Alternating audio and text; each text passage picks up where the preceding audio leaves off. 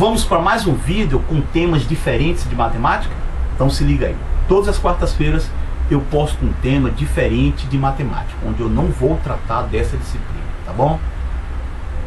Os vídeos de matemática são postados todas as segundas-feiras e na quarta a gente dá um tempinho que é para variar um pouco, falar de coisas, outros temas, né? Para não ficar limitado somente a matemática, tá bom? Geralmente serão temas ligados a assuntos, vídeos ligados a assuntos que dizem respeito ao nosso dia a dia, né? Coisas atuais, contemporâneas. Então vamos ao vídeo de hoje? Você já observou que existem pessoas que se apegam fortemente ao passado, às tradições, né? E que, portanto, passam a resistir de maneira bem feroz, enfática, até mesmo com uso de violência física, qualquer tipo de mudança, qualquer surgimento de inovação tecnológica. Já observou, né? De uma maneira um tanto quanto generalizante, a gente pode dizer o seguinte, olha, das duas uma. Ou essas pessoas agem dessa maneira por ignorância completa, por falta de conhecimento, né?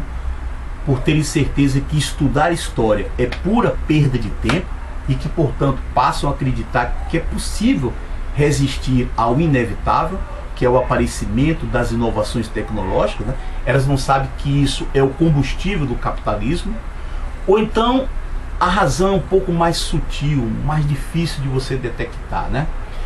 Existem pessoas ou grupo de pessoas que resistem a essas mudanças porque elas podem representar perda de privilégios, poder e dinheiro.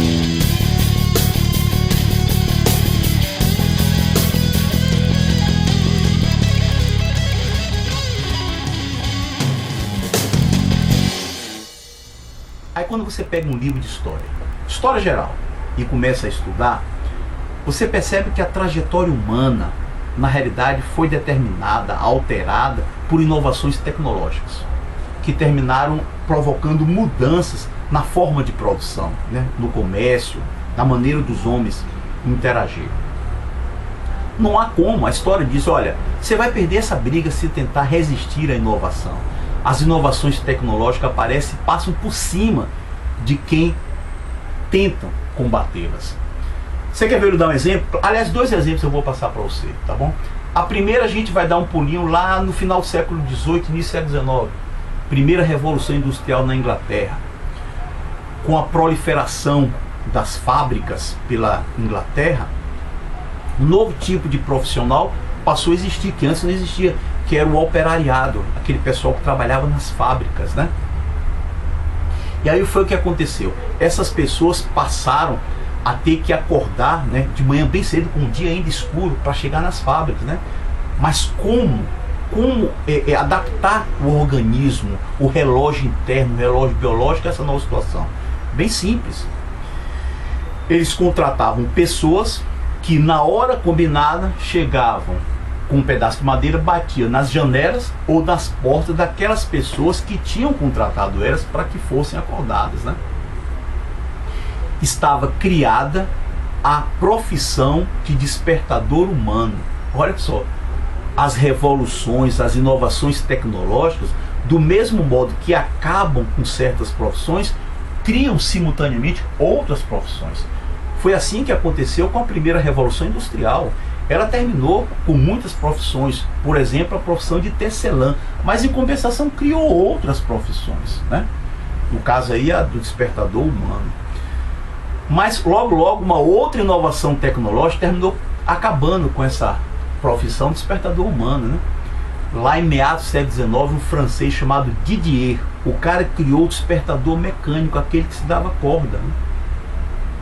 Acabava ali a efêmera, né? A curta existência dos despertadores humanos. E aí aqui, ó, vendo o que está acontecendo hoje aqui no Brasil, dá até para a gente imaginar mais ou menos o que foi o que aquele pessoal fez, né? aquelas associações de classes, os sindicatos dos despertadores humanos, que aquele pessoal não deve ter feito, né? Paralisações, protestos, greves, pressionaram, né, os vereadores da época, ou então os equivalentes a vereadores, né, para que criassem leis para proibir, olha só, a venda dos despertadores, né? E agora, com um pouquinho de imaginação, ou então, pouquinho não, com muita imaginação, né, a gente conseguiria assim agora visualizar, imaginar o que é que teria acontecido se aquele pessoal tivesse ganhado a briga, né? Tivesse impedido a inovação tecnológica, né? Tivesse cortado na raiz uma das razões de ser do capitalismo, né? Que é a inovação tecnológica. Poxa, se aquele pessoal tivesse ganhado a briga, hoje você teria no século XXI que contratar uma pessoa para chegar na sua porta, bater, né, na janela ou na porta da sua casa para lhe acordar para você trabalhar, né? Teria até uma espécie de tabela de preço, né? Imagine só. Se você mora em uma casa, o valor mensal é 1. Agora, se você mora em um apartamento, a partir, digamos assim, do 5º andar, aí já fica mais caro. O que é que você conclui? Não adianta você lutar, resistir às inovações tecnológicas.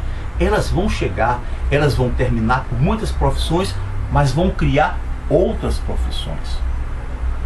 Hoje, nós estamos em plena revolução, terceira revolução industrial, também conhecida como revolução técnico-científica.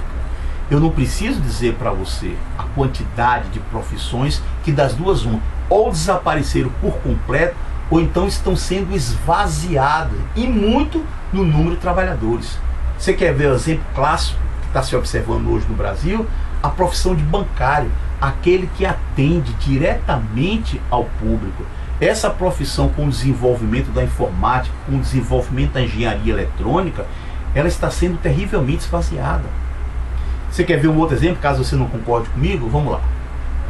Caso você não concorde que a terceira revolução industrial está provocando o término de muitas profissões, então você vai tentar me convencer o que é que na realidade a engenharia mecatrônica está fazendo, por exemplo, nas indústrias automobilísticas do mundo inteiro.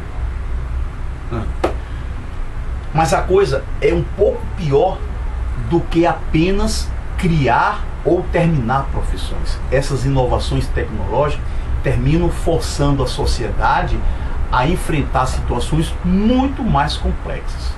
Quer ver dar um exemplo? Hoje, a internet, os satélites, as inovações produzidas pela engenharia eletrônica estão criando situações onde as sociedades têm que legislar, normatizar, regulamentar. Os juristas estão assim com dores de cabeça horríveis.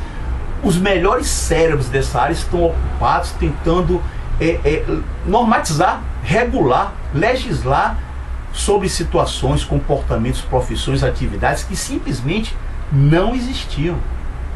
Quer ver? Mais uma vez a história vai nos socorrer. Vamos lá. As maiores cidades do mundo. Vamos lá. Final do século XIX, início do século XX. Que tipo de atividade reinava por completo nessas cidades? O monopólio das carruagens. Olha só.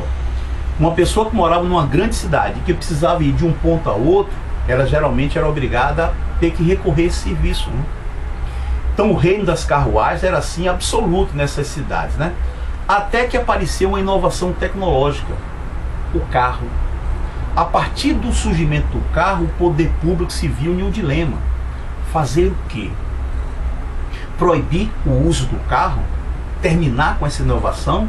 Proibir a venda, a compra, o uso do carro e garantir assim, né, o monopólio, o oligopólio daqueles proprietários de frotas de carruagem? Ou legislar, regulamentar o uso daquela inovação tecnológica? Eu não preciso dizer para você o que foi que aconteceu. Hoje, em 2015, você está vendo o mundo todo, junto com você, está vendo o mesmo filme. Olha só você, o enredo continua absolutamente o mesmo, só mudaram os atores.